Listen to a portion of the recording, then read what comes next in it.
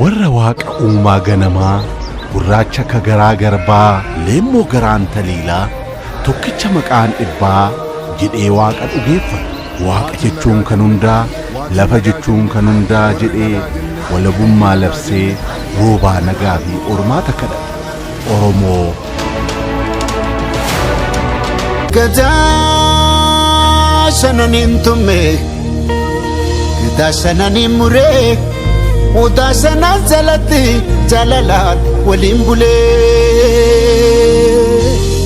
kan daraaf hin dhaabbanne amaanaaf cubbuu nyaate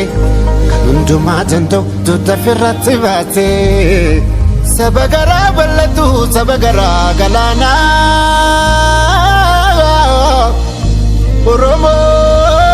Mikiya kota irreecha bana